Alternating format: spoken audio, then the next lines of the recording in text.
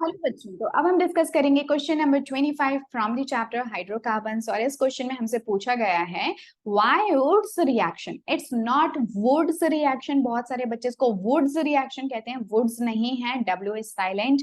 English में ऐसा ही होता है, कुछ भी चीज साइलेंट हो जाती है बिना आपको बताए। तो ये एक्चुअली वुड्स नहीं है। अगर मैं इसको हिंदी में लिखूं तो ये कुछ ऐसे लिखा जाएगा, वुड्स। ठीक है, इस तरह से। So this is what, this is your Wurtz reaction, not preferred for the preparation of alkenes. ये एल्केन्स उन एल्केन्स को बनाने के लिए प्रिफर्ड नहीं की जाती जिनके अंदर odd number of carbon atoms होते हैं। तो इसको आप समझाओ। ठीक है, आप सभी जानते हो कि जो वुड्स रिएक्शन होती है वो odd number carbon atom species के लिए नहीं यूज में ली जाती, इवन नंबर के लिए ली जाती है। तो नॉर्मल अगर मैं एक रिएक्शन की बात करूं तो किस तरह से होती है reaction, so let me show you here कि अगर ये आपके पास एक RX है, आपने इसको Na से ट्रीट किया, इसके लिए हमें 2 RX के मॉलिक्यूल की जरूरत पड़ेगी। तो उसे होगा क्या कि जो 2 NaX के प्रेसिपिटेट सॉल्ट प्रेसिपिटेट बन के निकल जाएंगे और यहाँ पे जो 2 R ग्रुप्स हैं आपके एग्जैक्टली इसी तरह से जुड़ जाएंगे। इस तरह की जो रिएक्शन होती है ना, इसको आप कहते हो कार्बन कार्बन कपलिंग।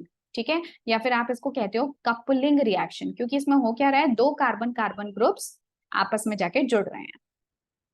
एक सेकेंड।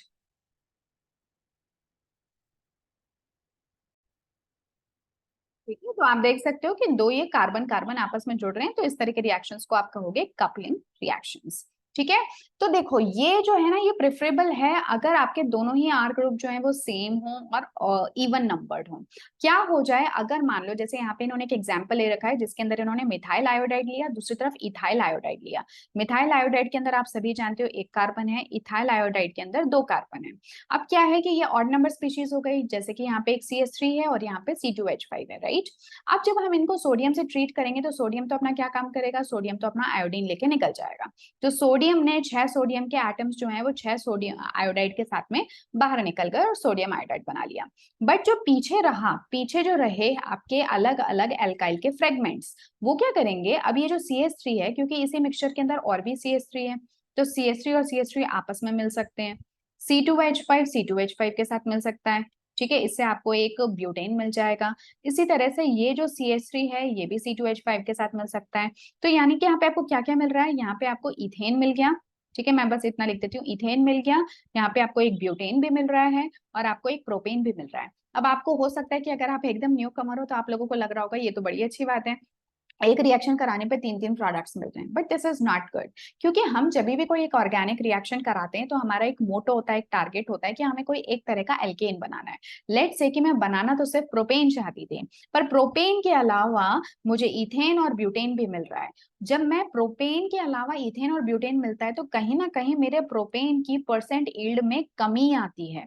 ठीक है, अगर ये ब्यूटेन या इथेन नहीं बने होते तो प्रोपेन जो है वो मुझे ज्यादा अच्छी क्वांटिटी में मिलता, क्योंकि ये सब law of conservation of mass, मतलब कि हो क्या रहा है, जो भी मास रिएक्टेंट साइड में आपने लिया है वही तो आपको प्रोडक्ट साइड में मिल रहा है। अब जितने ज्यादा यहाँ पे प्रोडक्ट्स या को प्रोडक्ट्स बनेंगे उतनी ही ज्यादा जो मेन प्रोडक्ट है उसकी यील्ड भी बराबरी से कम होती जाएगी, राइट, जो कि ऑब्वियसली हम नहीं चाहते। तो इस वजह से इन दोनों का एक्स्ट्रा बनना is not a good thing for a organic reaction. हम नहीं चाहते कि ये वहां पे हो, हम सिर्फ हमारा मेन प्रोडक्ट प्रोपेन चाहते थे, बट हमें उसके अलावा भी और भी बहुत कुछ मिल रहा है, and that's why this reaction is not preferred. इसलिए इस तरह की कपलिंग रिएक्शंस कराने के लिए हम इस रिएक्शन को प्रेफर नहीं करते। आ रही बात समझ में? So this is one of the limitation of your Wurtz reaction, and I guess कि आपको समझ में आ गया होगा कि ऐसा क्यों हो रहा है। ठीक है, सो यस, एक की बजाय आपको 3 3 प्रोडक्ट मिल रहे हैं, जिसकी वजह से आपका परसेंटेज यील्ड प्रोडक्ट का कॉम्प्रोमाइज हो रहा है। ठीक है, तो ये था आपका question number 25 from the NCERT exercise questions, और ये इस चैप्टर का लास्ट क्वेश्चन था। बट स्टिल आई फील कि इस चैप्टर के अंदर बहुत कुछ ऐसे रिएक्शंस हैं जो कि यहाँ पे डिस्कस की जानी चाहिए थे, जो NCERT के एक्सरसाइज में उतना अच्छे से उसको इंक्लूड नहीं किया गया है। हर एक टॉपिक को, एक ही एक टॉपिक पे ज्यादा अमाउंट ऑफ क्वेश्चंस पूछे गए हैं, ना कि variety of questions, variety of topics पे।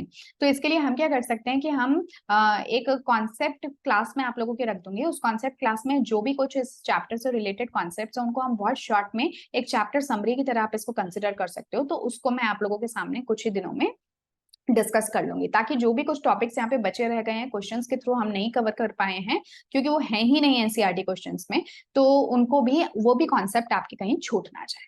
ठीक है, so yes, so with this I want to end this session. अब हम नेक्स्ट क्लास में, जैसा कि मैंने कहा कि मैं कॉन्सेप्ट क्लास लेकर आ जाऊंगी, अदरवाइज हम लोग किसी और चैप्टर के एनसीईआरटी क्वेश्चंस को, जो नेक्स्ट चैप्टर है हमारा हेलो एल्केन्स एंड हेलोरेन्स, उसके एनसीईआरटी क्वेश्चंस को डिस्कस करना स्टार्ट करेंगे।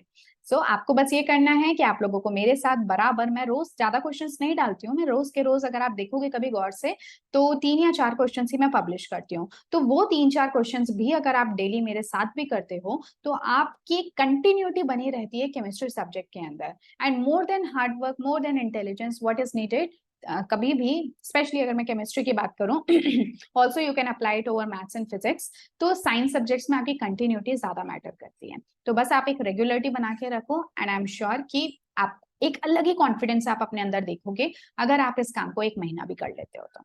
ठीक है, चलिए, सो with this good message and hoping that कि आप इसको फॉलो करोगे इस टिप को, let us and this session and please subscribe the channel if you have not done it. या, थैंक यू सो मच।